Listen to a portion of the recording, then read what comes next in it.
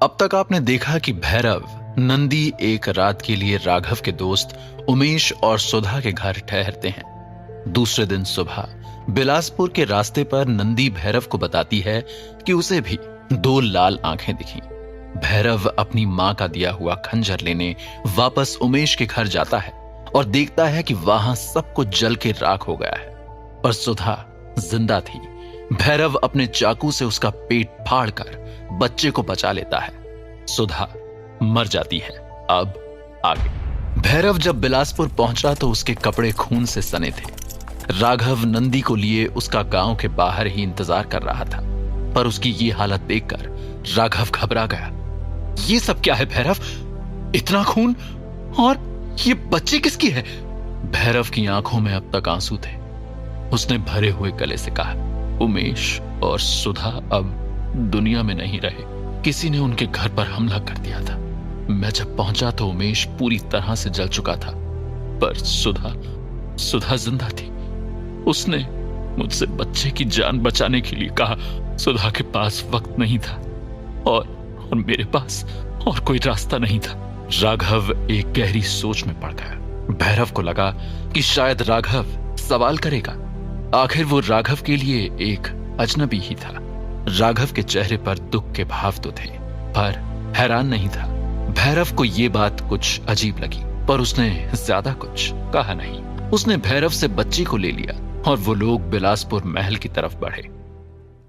बिलासपुर महल में उत्तर की तरफ एक आलीशान कमरे में राजकुमारी दामिनी बर्फ के पानी से नहा के निकली थी। उसके इर्द गिर्द खड़ी दासियां इतनी ठंड में बर्फ के पानी को देख के ही ठंड से कांप रही थीं, पर राजकुमारी के मुंह पे ठंड का एहसास तक नहीं था, जैसे वो पत्थर की हो गई हो। राजकुमारी के पानी में से निकलते ही 2 दासियों ने उन्हें मुलायम तौलिए में लपेट लिया। दामिनी शीशे के सामने जा खड़ी हुई। आज उसका 18वां जन्मदिन था। उसका शरीर डूबते सूरज की तरह गुलाबी था। काले घुंघराले बाल जो कमर तक गिर रहे थे। संगमरमर जैसा तराशा हुआ गठीला बदन था। उसका शरीर नाजुक जरूर था, पर कमजोर नहीं।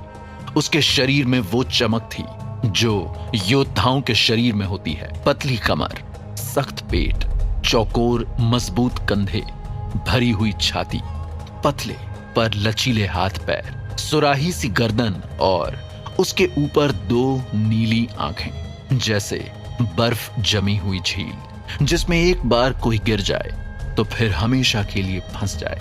शायद इसलिए कोई भी उससे जल्दी नजरें नहीं मिलाता था। दामिनी ने एक नजर सामने फैले सामान पर डाली। हर तरह के सुंदर कपड़े, कीमती जेवर सामने पड़े थे। दामिनी ने सामने रखे जेवर और कीमती कपड़े उठा के फेंक दिए। कितनी बार कहा है, मुझे ये सब नहीं पसंद है, मेरे रोज के कपड़े लाओ।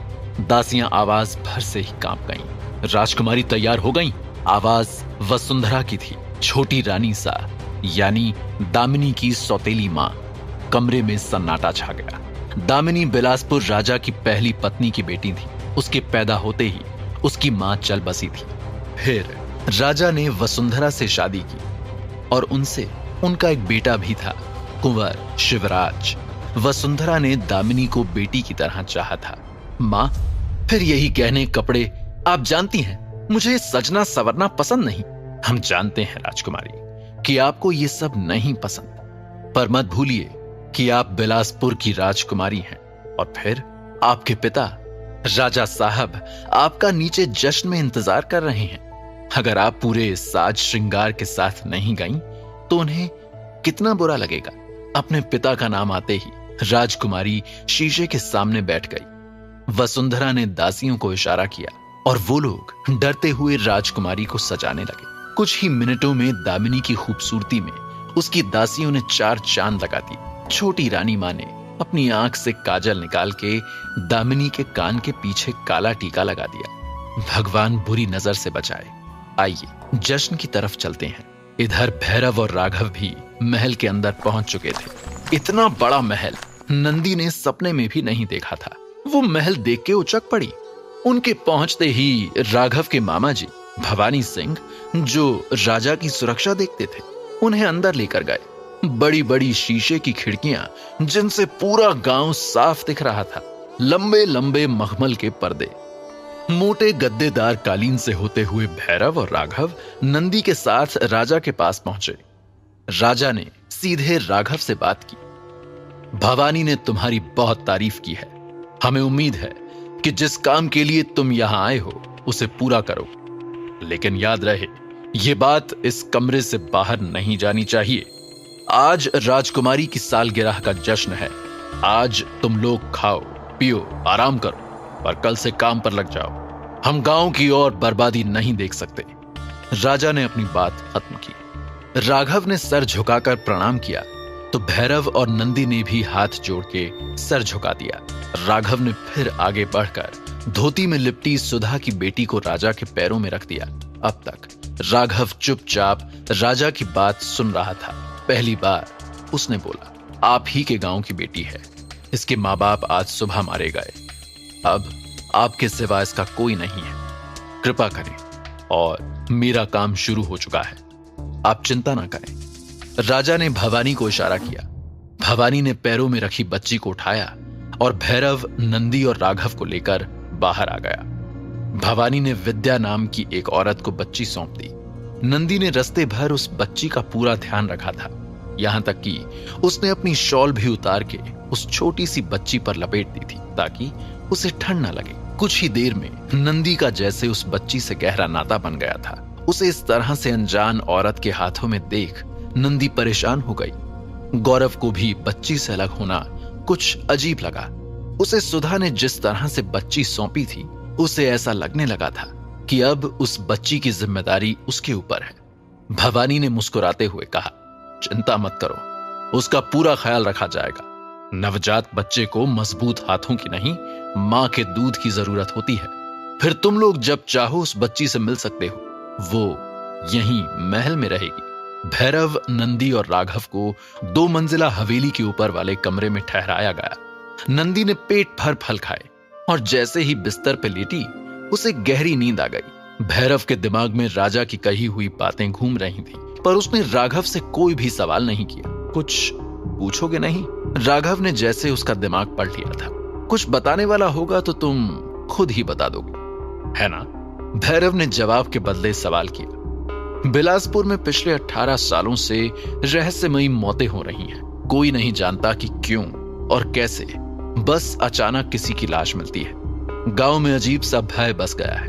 पूरा गांव सूरज ढलते ही अपने अपने घर में बंद हो जाता है। मुझसे पहले भी कई लोग यहाँ इस मामले की छानबीन के लिए आए थे, पर वो भी लापता हो गए। देखो दोस्त, तुम सच्चे भी हो, बहादुर भी। मैं दोनों ही चीजें देख चुका हूं, इसलिए इस काम में मुझे तुम्हारी मदद की जरूरत पड़ेगी, क्योंकि मामला मेरी सोच से ज्यादा गंभीर है। भैरव चुपचाप पूरी बात सुनता रहा। उसने आराम से सोती नंदी को देखा और सोचा महल में उसे वो सारे आराम मिल सकते थे जो भैरव उसे कभी नहीं दे सकता था। फिर उसे सुधा का चेहरा याद आया। हो सकता है जैसा वो सोच रहा था वैसा ना हो सकता है सुधा को त्रिशिराज ने नहीं बल्कि उसी ने मारा हो जो बिलासपुर में हत्या कर रहा था। भैरव को इस सोच से जैसे कुछ सुकून सा मिला। उसे भी अब कातिल को ढूंढना था ताकि वो यकीन कर सके कि त्रिशिराज उसका पीछा नहीं कर रहा। राघव उसके चेहरे के भाव को पढ़ने की कोशिश कर रहा था। भैरव ने राघव से कहा, तुम मेरे और नंदी के लिए इतना कुछ कर रहे हो। अगर मेरी मदद से यह मामला हल हो सकता है तो मैं तुम्हारे साथ हूं। इतना सुनते ही राघव का चेहरा खुशी से चमक उठा। तो चलो फिर इसी बात पे आज तुम्हें महल का जश्न दिखाते हैं और साथ ही राजकुमारी दामिनी के भी दर्शन करा देते हैं।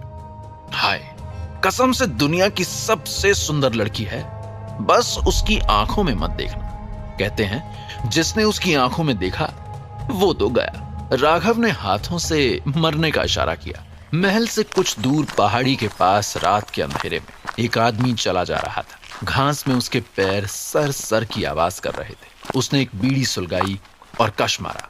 बीड़ी का धुआं उसके कानों के पास से होकर उसके पीछे छूटा जा रहा था। तभी उसके पीछे एक सरसराहट। वो पीछे मुड़ा। गहरी अंधेरी रात में जहां तक उसकी नजर पड़ रही थी उसे कोई दिखाई नहीं दिया। कौन है बे? उसकी आवाज रात के अंधेरे में खुलकर रह गई, लेकिन कोई जवाब नहीं आया। रात की ठंडी से बचने के लिए वो बीड़ी के कश लगाते हुए आगे बढ़ने लगा। दोबारा से सरसराहट हुई तो उसे लगा कि इस बार ठीक उसके पीछे कोई खड़ा है। वो तुनक के पीछे मुड़ा तो कुछ भी नहीं था। साला लगता है ज्यादा पिए हैं आज। वो सर खुजाते हुए सामने घूमा ही था कि चौंक कर 2 कदम पीछे हो गया। उसके सामने एक औरत खड़ी थी जिसके लंबे बाल हवा में उड़ रहे थे। कौन? उसने घबरा कर पूछा। अचानक उसके दिमाग में एक सवाल तुनका, इतनी रात को सुनसान जगह पे अकेली औरत का क्या काम? उसने इधर उधर नजर दौड़ाई। उसके हाथ पैर सुन्न होने लगे। वो डर से कांपने लगा। उसने सामने देखा, उस औरत के कंधे आगे की तरफ झुके थे। तन पर सड़े गले चीथड़े लिपटे हुए थे। उसका सर कंधे से ऐसे झूल रहा था जैसे टूटा हो। देखते ही देखते उसका सर पीछे की तरफ से धीरे धीरे उठने लगा। चेहरा देखते ही उस आदमी की चीख से पूरी सड़क गूंज गई। वहीं महल में राघव और भैरव जब जश्न में पहुंचे तो नाच चल रहा था। कई खूबसूरत लड़कियां आंगन के बीच में नाच रही थीं। हर तरफ महंगे कपड़ों और इत्र की खुशबू से महल महक रहा था कि तभी अचानक भैरव की नजर राजकुमारी दामिनी पर पड़ी। वो राजा के बगल में बैठी थी। उसके चेहरे पर कोई भी भाव नहीं था। राघव सच कह रहा था।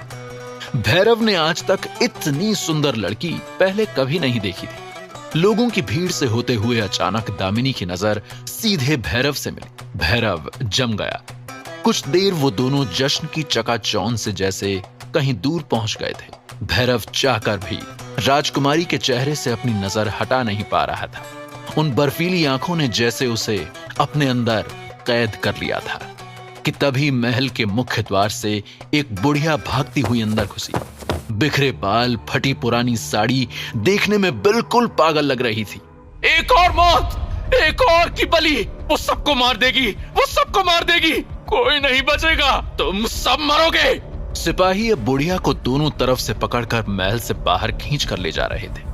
भैरव ने अगल बगल लोगों को बुदबुदाते सुना, बुढ़िया पागल है, ये अंदर कैसे आई? एक और मौत? क्या सच में कोई मर गया?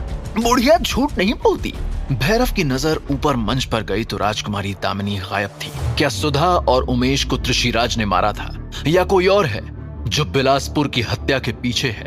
क्या भैरव सच में त्रिशिराज के चंगुल से निकल आया है या और गहरी साजिश का हिस्सा बन गया है? क्या है बिलासपुर में हो रही हत्याओं का सच?